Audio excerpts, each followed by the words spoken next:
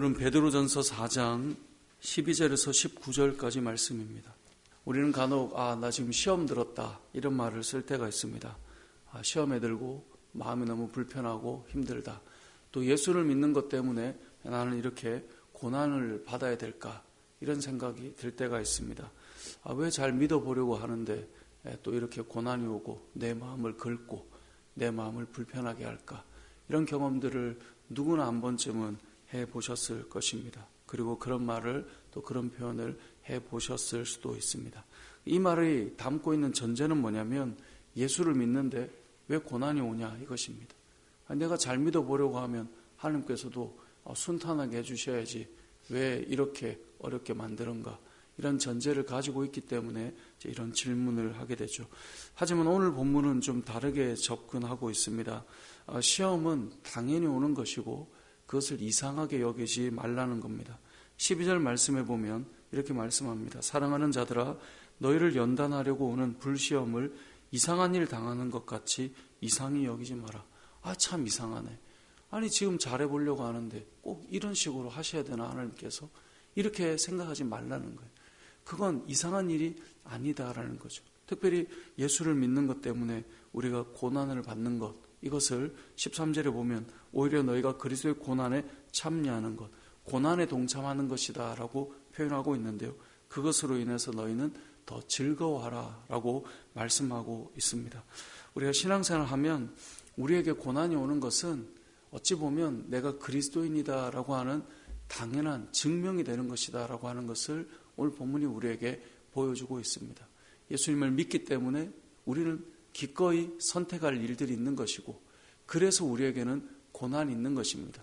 내가 믿지 않는 자라면 내 원하는 대로 다 선택하겠지만 내가 믿는 자이기 때문에 내가 그리스도인이기 때문에 때로는 포기하고 내가 그리스도인이기 때문에 때로는 희생하고 내가 그리스도인이기 때문에 그걸 취하지 않는 거예요. 그것 때문에 오는 고난과 그것 때문에 오는 시험이 때로는 있는 거죠. 근데 그것을 하나님께서는 우리에게 이상하게 여기지 마라. 그리고 즐거워하라 라고 말씀하고 있습니다. 저도 제가 예수님을 믿고 지금까지 살아왔기 때문에 제 안에는 제 삶에는 끊어내야 될 것들, 선택하지 않아야 됐던 것들, 더 나를 유익하게 할 만한 것이 있지만 그것을 기꺼이 포기해야 됐던 것들이 있습니다. 세상적으로 보면 조금 더 취할 수 있는 것을 예수를 믿기 때문에 나는 그 나를 움직이지 않았고 그 시간을 선택하지 않았기 때문에 좀 더 나은 것을 세상 말로 하면 좀 더 이익 볼 것을 이익을 보지 않는 일들이 많이 있었던 것 같습니다. 그런데 그것은 어찌 보면 내가 하나님의 백성이고 그리스도인이기 때문에 좀 더 누릴 것을 조금 더 내려놓게 되는 삶일 것이고 그것이 어찌 보면 오늘 본문의 말씀처럼 어찌 보면 그것이 시험이 드는 자리 아니면 고난이 오는 자리 아니면 조금 더 불편한 자리 아니면 좀 더 호화로울 것을 조금 더 검소하게 살아야 되는 선택을 해야 되는 부분들. 근데 그것을 오늘 본문은 그리스도의 고난에 참여하는 것이고 그것을 즐거워하고 그의 영광이 나타나실 때 너희를 즐거워하고 기뻐하게 할 것을 바라보고 나아가는 것이다 라고 말씀하고 있는 것이죠. 예수를 믿는 사람들의 삶은 이 시험과 고난은 선택지 안에 들어있습니다. 이 베드로전서를 처음 시작하면서도 말씀드렸지만 요즘 교회 성도들, 현대 21세기를 살아가는 교회 성도들은 어떤 접근을 많이 하냐면 야 교회 다녀봐. 훨씬 더 너의 인생이 복이 될걸. 교회 다녀봐. 너의 삶에 그것도 계산해보면 말이야 훨씬 더 나은 삶이 될 수밖에 없어. 우린 늘 이런 생각으로 접근을 해요. 그렇게 해서 신앙을 출발하게 만드는 경우도 너무나 많아요. 그럼 머릿속에 무엇이 담겨 있겠어요? 이 어려움이 지나가고 그리고 너가 계산해보면 그거 손해를 보고 희생했지 나중에 더 큰 걸로 줄걸? 이렇게 자꾸 접근을 하는데 여러분 1세기 교회 성경을 다 읽어보십시오. 초대교회 성도들이 예수를 믿을 때 너의 삶이 조금 더 윤택해질 거야 라는 성경 구절을 찾기 위해서 아무리 했어도 그런 모습을 찾기가 사실 쉽지가 않아요. 왜냐하면 예수를 믿는다는 것은 그 당시에는 자신의 경제적인 삶의 어려움과 또 자신의 관계적인 삶의 어려움과 또 여러 가지 삶의 포지션에서 점점 아래로 내려갈 수밖에 없는 선택지에 놓여 있는 것이 신앙의 선택이었어요. 근데 그럼에도 불구하고 그들이 그것을 선택한 이유는 하나예요. 나의 죄로 인해 죽을 수밖에 없는 인생이구나라고 하는 인생의 본질을 깨닫고 내가 이 땅에서 고난이 있지만 결국은 그 믿음은 영광스러운 하나님을 만날 그때가 있는 것이구나 라고 하는 것, 그것 하나 바라보고 가는 것이 신앙이었어요. 우리가 얼마 전에 보았던 영화도 마찬가지 아닙니까? 북한의 지하교회에 있는 성도들에게 복음을 전할 때요, 이 북한사에 가는 분들이 이야기할 때 너가 예수님을 믿으면 이러한 공산체제에서 더 성공할 수 있을 걸, 이런 이야기를 어떻게 지금 우리에게 붙이는 말을 거기 붙일 수 있겠어요? 우리가 어려움 가운데 살고 고난 가운데 살지만 이 땅이 끝이 아니고 영광스러운 하나님을 만날 때가 온다라는 것을 알기 때문에 그들은 신앙에서 정말 순수한 복음을 받아들이며 그들의 생명을 걸고 하나님을 바라보고 그 고난의 시간들을 이겨내며 가는 것이죠. 여러분, 오늘 본문에 나오는 이 고난을 즐거워하라, 너의 경우는 이 시험을 이상하게 여기지 마라, 이것은 지금 우리의 삶에 접근할 때 조금만 내 마음을 긁어놓고 조금만 삶을 가난하게 만들거나 내가 이익 볼 것을 포기하게 만들 때, 그때 이 믿음을 과연 선택하는 이야기를 지금 우리가 읽을 때 어떻게 이것을 과연 받아들이고 적용할 수 있을까요?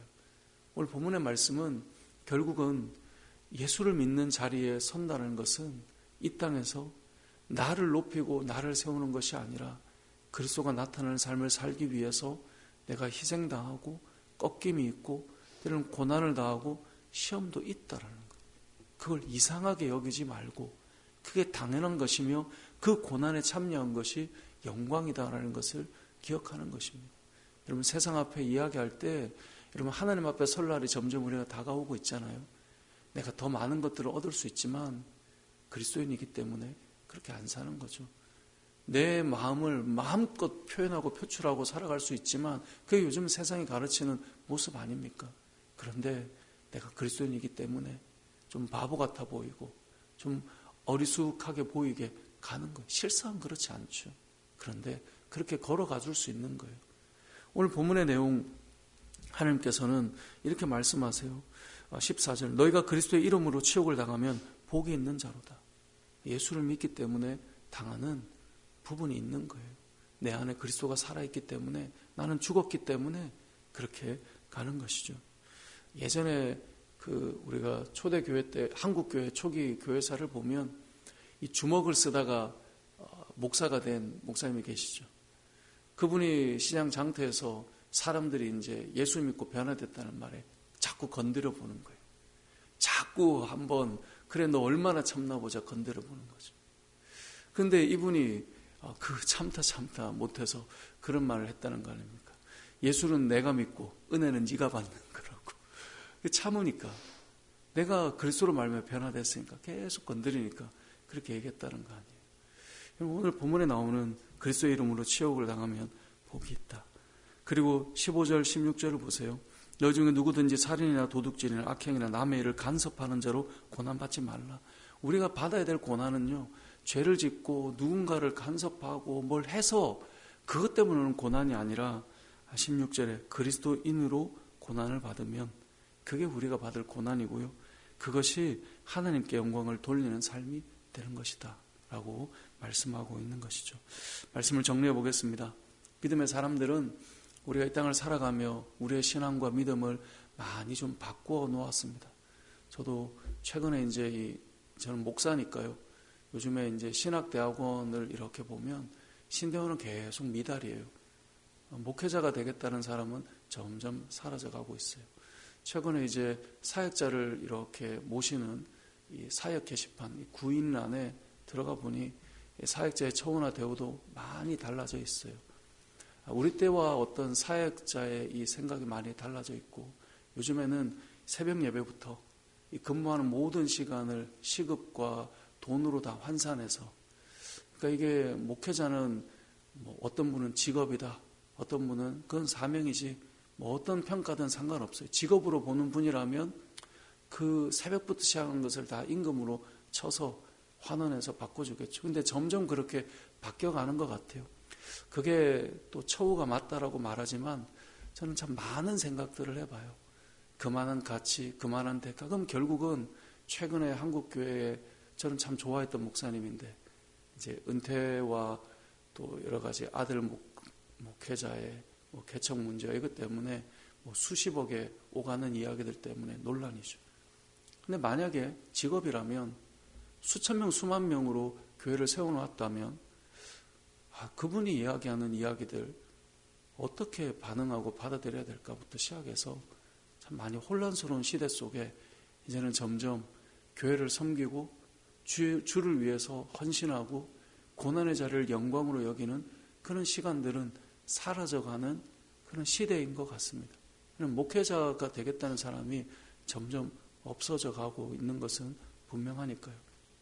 오늘 본문에 나오는 저는 이제 목사니까 저의 삶의 영역에 있는 후배들이나 선배들의 삶을 많이 생각해 본다면 또 성도의 삶 속에 여러분의 삶 속에 고난과 영광과 또 여러 가지 모습들 그런 모습 속에 내가 취하고 선택하는 것은 과연 오늘 본문의 이 시험과 고난과 내가 무엇을 즐거워하는 것인가 또 나는 누군가에게 복음을 전할 때 믿음의 이야기를 할 때 결국 나는 무엇을 논하고 있는가 이것들을 좀 생각해 볼 수 있는 그런 말씀이 아닐까 생각하는데요. 믿음으로 살아갈 때 오는 시험과 또 고난 그것에 참여하는 것 그것을 기꺼이 즐거워하고 주님의 나라와 영광을 위해 살아가는 저와 여러분의 삶이 되시길 주님의 이름으로 축복합니다. 아멘.